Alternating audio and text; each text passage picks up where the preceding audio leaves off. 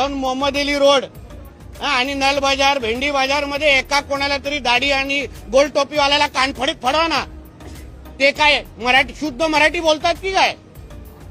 त्यांच्या थोबाड्यातून कधी आम्ही मराठी ऐकलं नाही. अल्लाह अकबर सोडून मग तिथे का नाही त्यांचे थोबाड फोडायची हिंमत करत? तिथे का नाही एका फेरीवाल्याला पकडत?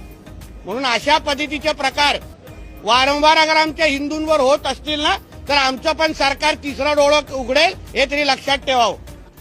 रुको जरा सबर करो.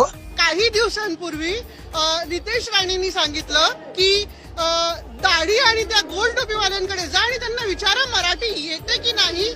तर त्याला उत्तर मी आज देऊ इच्छिते की मी त्याच दाढी आणि गोल टोपीवाल्या समाजाला बिलॉंग करते आणि आज तुमच्या समोर मराठीत बोलत आहे. माझ्या रक्तात मराठी आहे, माझ्या ओठांवर मराठी आहे आणि माझ्या मनात महाराष्ट्रासाठी प्रेम आहे.